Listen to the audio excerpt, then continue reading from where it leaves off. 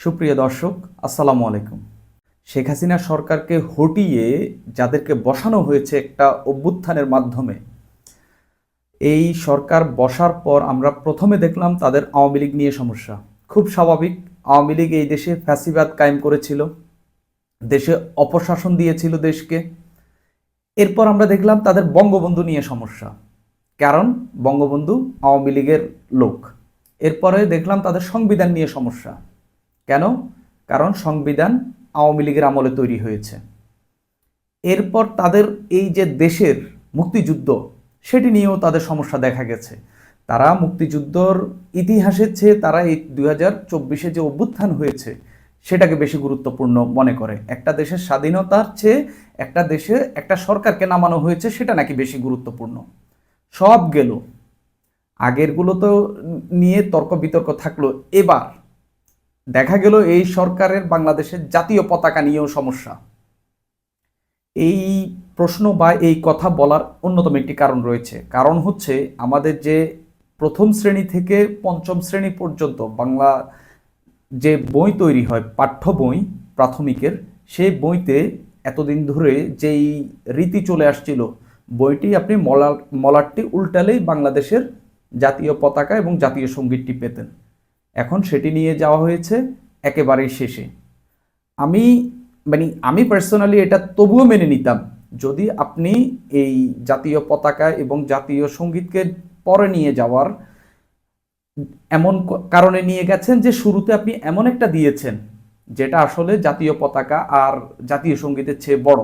বাংলাদেশের যে জাতীয়তাবাদ, বাংলাদেশের জন্য যে গুরুত্বপূর্ণ একটা বিষয় আপনি দিয়েছেন, তাহলে মেনে নেওয়া যেত। কিন্তু আপনি দিলেন কি, প্রথম পৃষ্ঠা থেকে আপনি জাতীয় পতাকা এবং জাতীয় সঙ্গীত নিয়ে শেষের পৃষ্ঠায় দিলেন।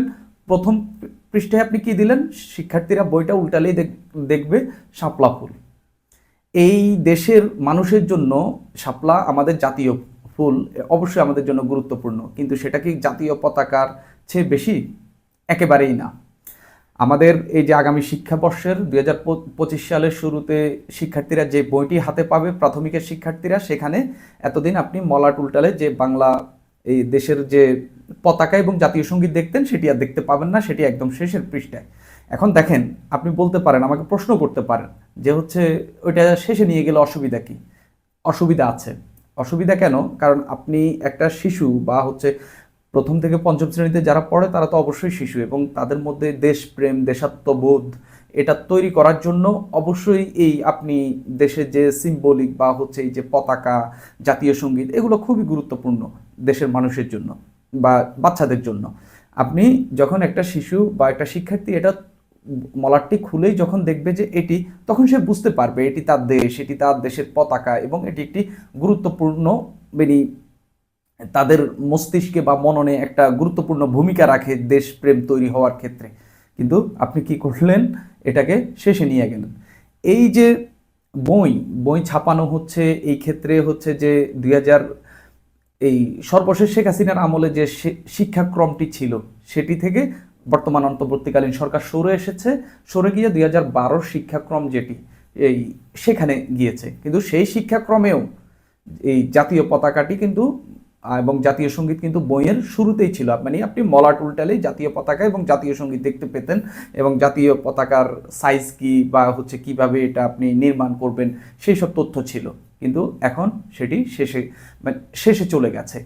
সরকার শেখ হাসিনার যে সর্বশেষ শেখ হাসিনার যে শিক্ষাক্রমটি প্রাথমিকের জন্য তৈরি করেছিল, সরকার সেখান থেকে সরে এসেছে। সরে গিয়ে হচ্ছে সরকার 2012 সালের যে শিক্ষাক্রম সেটিতে গেছে। সেটিতে গিয়েও সেখানে পরিবর্তন এনেছে কোনটা? এই জাতীয় পতাকা এবং জাতীয় সঙ্গীতের বিষয়টা, যেটা একেবারে শেষে নিয়ে গেল। সরকার গত কিছুদিন ধরে বলছে যে হচ্ছে প্রাথমিকের পাঠ্য বইয়ে এবং হচ্ছে আরও পাঠ্য বইয়ে নানান পরিবর্তন আনছে তারা।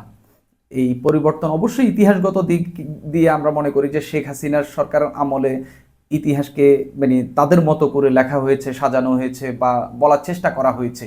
সেগুলো আপনি পরিবর্তন করুন, পরিমার্জন করুন, যা যা করা দরকার করুন। আপনি ইতিহাসটাকে শিক্ষার্থীদের সামনে এমনভাবে তুলে ধরেন যাতে আমাদের প্রকৃত ইতিহাসটা শিক্ষার্থীরা জানতে পারে। কিন্তু এই জাতীয় পতাকাটা শেষে নিয়ে আপনি কি বার্তা দিলেন? মানে এটা কি, এই জাতীয় পতাকা কি আওয়ামী লীগের তৈরি করা, বা এটা কি আওয়ামী লীগের? মোটেও এটি আওয়ামী লীগের না, এটি বাংলাদেশের সব মানুষের, এটি শিশুর, এটি বৃদ্ধের, এটি ডানের, এটি বামের, এটি সবার। বাংলাদেশে এমন কোনো মানুষ আছে কি যা পতাকাকে অস্বীকার করে? আছে এমন কোনো মানুষ? এটি নিয়ে কোনো বিতর্ক রয়েছে? আছে এমন কোনো মানুষ? কেউই নেই। তাহলে আপনি কেন এটা নিয়ে নিয়ে গেলেন? এই যে মানুষের বা হচ্ছে এই যে শিক্ষার্থীদের মধ্যে যে দেশপ্রেম বা দেশাত্মবোধ যেটা তৈরি করার যে একটা চেষ্টা, এই সেটা কি শাপলা ফুল দিয়ে তৈরি হবে? বা শাপলা শাপলা ফুল কি জাতীয় পতাকা বা হচ্ছে আমাদের এই যে দেশাত্মবোধের কি অন্যতম একটি অংশ? একেবারেই না। এটা আমাদের একটা জাতীয় ফল, এটি আমের মতো, এটা কাঁঠালের মতো, মানে যেরকম এই শাপলাও একই রকম আমাদের জাতীয় ফুল।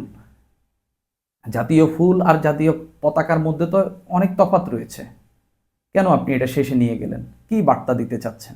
এই বিষয়ে একটি রিপোর্ট হয়েছে, দ্য ডেইলি ক্যাম্পাস এই রিপোর্টটি করেছে। তারা আসলে অনেক কিছু বিশ্লেষণ করেছে, যে হচ্ছে তারা যে নতুন যে কয়েকটি বই ছাপা হয়েছে এখন পর্যন্ত, সেগুলো ঘেঁটে দেখেছে যে জাতীয় পতাকা এবং জাতীয় সঙ্গীত একেবারে শেষে নেওয়া হয়েছে।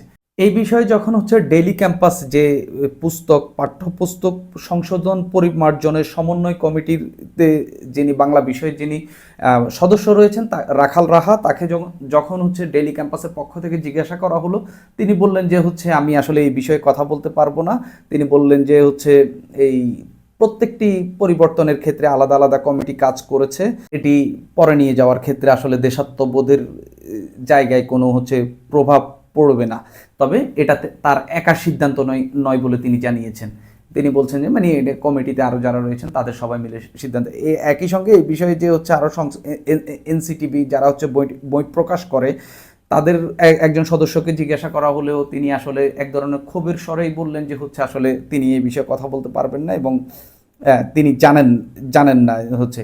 একই সঙ্গে হচ্ছে প্রিন্ট বই যারা প্রিন্ট করে, তার যে প্রিন্ট মালিকরাও কিন্তু এক ধরনের ক্ষোভ জানিয়েছেন যে হচ্ছে আমি তাদের ক্ষোভটাকে অন্যভাবে দেখি, কিন্তু এই যে দেশের বা দেশপ্রেমের জায়গা থেকে আমি মনে করি যে এটা এমন একটা কাজ হয়েছে যেটি আসলে আমাদের দেশের যে জনগণের যে বা মানুষের বা শিক্ষার্থীদের যে আকাঙ্ক্ষা সেটার বিরুদ্ধে গিয়েছে। কারণ হচ্ছে আপনি মলাট উল্টালে জাতীয় পতাকা দেখা গেলে এই সরকারের বা হচ্ছে এই যে এনসিটিভি বা হচ্ছে এই যে এই পুস্তক বা বই সংশোধন পরিমার্জন কমিটির এই সমস্যাটাই কোথায়? শাপলা ফুল কোনোভাবেই এই দেশের জাতীয় পতাকার ঊর্ধ্বে নয়। আপনি এটা জাতীয় পতাকার বিরুদ্ধে অবস্থান নিয়েছেন নাকি কি করেছেন এটা আপনি জানেন। আপনারা জানেন যে হচ্ছে জাতীয় পতাকার, বাংলাদেশের জাতীয় পতাকার উপরে অন্য কোনো কাপড় থাকলেও সেটা রাষ্ট্রদ্রোহ মামলা হইতে পারে। এই যে চিন্ময় কৃষ্ণ দাস গ্রেপ্তার হয়েছেন, তার বিরুদ্ধে অন্যতম মামলাটি কি, তার এই যে সম্মিলিত সনাতনী জাগরণ জোটের যখন একটি প্রোগ্রামে যে হচ্ছে জাতীয় পতাকার উপরে হচ্ছে গেরুয়া, যে তাদের যে গেরুয়া পতাকা সেটি তোলার কারণেই হচ্ছে তাকে এই রাষ্ট্রদ্রোহের মামলায় এখন তিনি গ্রেপ্তার রয়েছেন। এই যে জাতীয় পতাকা, এইখানেও কিন্তু একটা জাতীয় পতাকার অবমাননা হয়েছে। আপনি এটা শেষে নিয়ে এই জাতীয় পতাকার এক ধরনের অবমাননা করেছেন এবং হচ্ছে দেশের মানুষের যে সেন্টিমেন্ট সেটার বিরুদ্ধে অবস্থান নিয়েছেন। কারণ কোনোভাবেই আপনি এমন কোনো কিছু দেননি যেটার কারণে আপনি হচ্ছে জাতীয় পতাকাকে বইয়ের শেষে নিতে পারেন। কারণ আমরাও মনে করি বাংলাদেশের শিশুরা, শিক্ষার্থীরা বইটি উল্টালেই সবার আগে যেন এমন কিছু দেখে তার মধ্যে যেন দেশপ্রেম।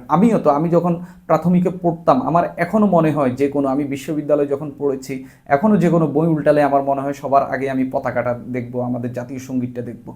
এরকম তো ফিলিং আমার মধ্যেও রয়েছে। তা আপনি সেই ফিলিংটাকে নষ্ট করেছেন, সেটাকে আঘাত করেছেন।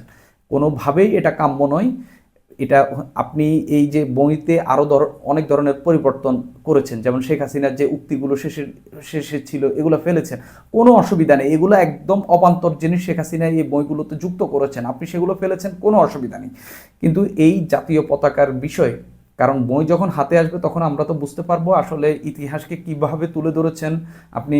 এই 2024 সালের এই গণ অভ্যুত্থানের গ্রাফিতি বা হচ্ছে যে চিত্র সেগুলো যোগ করবেন বলতেছেন, অবশ্যই করতে পারেন। সেই ক্ষেত্রে মুক্তিযুদ্ধ ওর চিত্র আপনি কতটুকু তুলে ধরেন এবং হচ্ছে এই গ্রাফিতি কতটুকু তুলে ধরেন সেটা অবশ্যই একটা দেখার বিষয় হবে।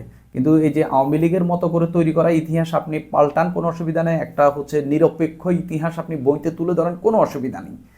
এবং বাংলাদেশের মানুষ এটাই চায় যে হচ্ছে আপনি নিরপেক্ষ তথ্য, নিরপেক্ষ ইতিহাস আপনি বাংলাদেশের শিক্ষার্থীদের সামনে তুলে ধরেন, কিন্তু কোনোভাবেই আপনি জাতীয় পতাকাকে প্রথম পাতা থেকে শেষের পাতায় নেওয়ার অধিকার বা হচ্ছে নেওয়ার মতো কাজটি করতে পারেন না।